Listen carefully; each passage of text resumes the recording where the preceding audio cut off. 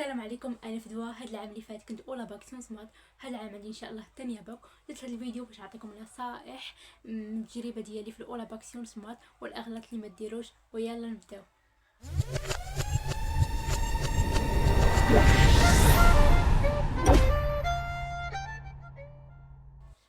اول حاجه غنبدا بها هي خاصك تغير النظره ديالك على ديك الشعبه.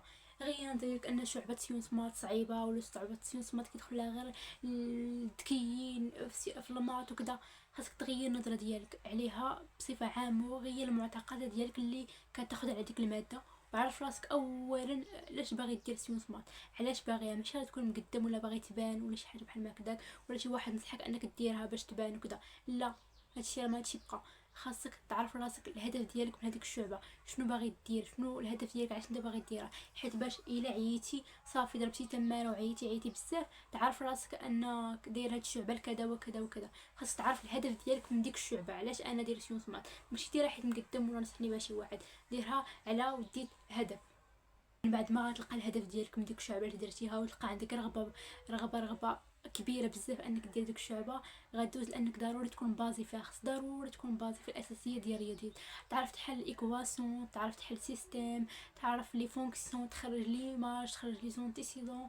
وكنفضل ان هاد 15 يوم اللي بقات هي تخصصها دير اساسيات رياضيات. كتب غير في اليوتيوب اساسيات رياضيات، غيطلعوا لك بزاف ديال الاساتذه دايرين حصص ودايرين كورسات، غتبع مع واحد وغتكمل معاه. حيت واخا يكون عندك انت عندك هدف، خاص ضروري تكون بازي. حيت راه هدف بدون تطبيق راه والو. بعد ما غتشد لي باز في الرياضيات، غدوز للدخول المدرسي. ديك الساعات خاص تكون اجور يوميا كتراجع. وافضل حاجه نصيحه اللي نعطيها لك هي انك حاول دير الدرس قبل الاستاذ.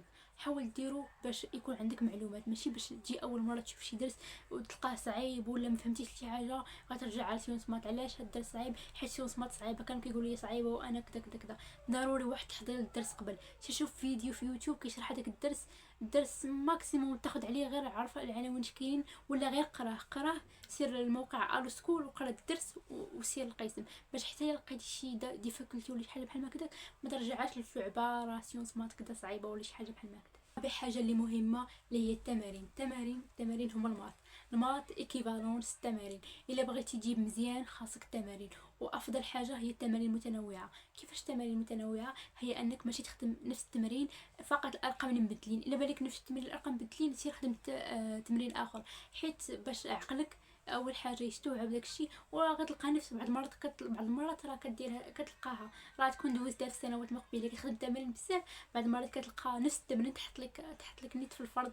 داكشي علاش التمارين تخدم تمارين متنوعه وديال سونس مات ويكونوا صعاب شويه. ما تبقاش في المستوى السهل ولا تمارين تطبيقيه وزعما غنجيب مزيان. لا، خاصك سيونس مات كتبغي تمارين متنوعه وتمارين شامله كلشي الدروس. ماشي هاد الفقره راجعها هذه التقمره ديال الفقرات، لا، خاصك تراجع كلشي. ولا بغيتو ندير لكم فيديو على القنوات اللي تبعت معاهم والتمارين اللي كنت كنخرج منهم، خليوها لي في التعليقات. ودابا غندوز معكم الفقره الاغلاط اللي تمنيت صراحه شي واحد يقولهم ليا وقعت فيهم، وداكشي علاش درت هذا الفيديو باش نعطيهم لكم وكنتمنى انكم تطبقوهم. واول غلط هو انك تمشي تشوف الدرس مع شي واحد اخر وتكتبه، سواء مع الاسره ديال الدعم، سواء من اليوتيوب، سواء من مواقع مهم بصفه عامه خارج الاطار ديال الدراسه. تشوف شي درس وتكتبه وتبقى هو اللي كتراجع وتراجع عليه من الفرد، وتنسى الدرس اللي عطاك الاستاذ في الدفتر. اكبر غلط ديرو هو انك تراجع من الدرس ديال شي واحد اخر وتنسى الدرس اللي عطاك الاستاذ في القسم. حيت الاستاذ راه كيحط لك الفرض من الدفتر باش كيختبرك واش انت مراجع واش انت لا. داكشي علاش ركز مزيان على انك تراجع من الدفتر، على انك تراجع من عند شي واحد اخر. هي مزيان انك تخدم عند واحد اخر وتشوف كذا شي فقره ما فهمتيهاش، ولكن الدفتر خاص يكون اجور انك تراجعه. حيت التمرين ولا التمارين اللي كيحط لكم الاستاذ في الفرض راه منه.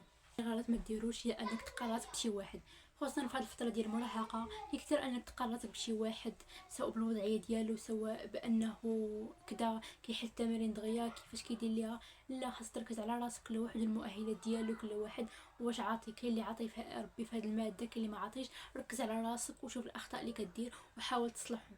اللي خطأ ما ديروش هو انك تركز على الجهوي. الصراحه اكبر خطأ هو ديرو هو انك تركز على الجهوي من بدايه الدوره الاولى. ملي كتركز على الجهوي صافي كتنسى المواد العلميه واللي هي اصلا غدوز فيها الوطني. كتشوف غتشوف نقاط شويه طايحين كدا كدا كدا، خاصك تقبل داكشي، خاصك تقبلو، حيت ركزتي على الجهوي راه ضروري غتسميتو.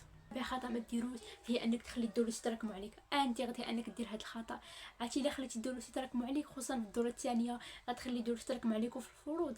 اكبر خطا غديرو، عول على راسك انك ما غاديش تجيب مزيان. ثاني حاجه غطلع من بازيس، حاول انك ما تطلع الدرس الثاني تكون فهمتي الدرس الاول مزيان. ما تخليش الدروس يتجمعوا عليك. اكبر خطا هو ديرو هو انك تخلي الدروس يتجمعوا عليك. وخامس حاجه اللي بغيت نقولها لكم هي انكم ما غاديش تلقاو فاش غطلعوا السيونسمات خاصكم تكونوا متوقعين ان النقط ديالكم في الاعدادي ولا في الاعدادي وكذا السانكيام حتى السانكيام كاع راه ماشي بحالها في السيزيام. خصوصا في شعبه سيونسمات غادي تبدلوا لكم النقاط، ما غاديش ديك 19 ديك 20 ديك 18 الا بغيتيها خاصك تضرب عليها واحد المجهود كبير كبير كبير فريمون كبير بزاف، حيت الاساتذه كيديروا لكم تمارين صعيبه بزاف باش يختبروكم، باش الا بغيتي تكمل في سيونس مات في الثانيه باقا تكون بازي مزيان وتخدم بزاف. حاول انك واخا ما تصدمش، غير حاول انك تشد ليكيليبر مع سيونس مات. وهنا كنكون وصلنا للاخر ديال الفيديو. كنتمنى هاد النصائح يفيدوكم بزاف صراحه، تكون الخلاصه المركبه. واللي داز من هاد الفيديو كيقرا وما عندوش الاولى فاكسيون سمارت يخلي لي نصيحه ما ذكرتهاش انا ولا نسيتها. ومرحبا بالاقتراحات ديالكم واي فيديو بغيت نديرو خلوا لي في التعليقات اي حاجه، سواء اي انتقاد اي حاجه. وشكرا الى اللقاء.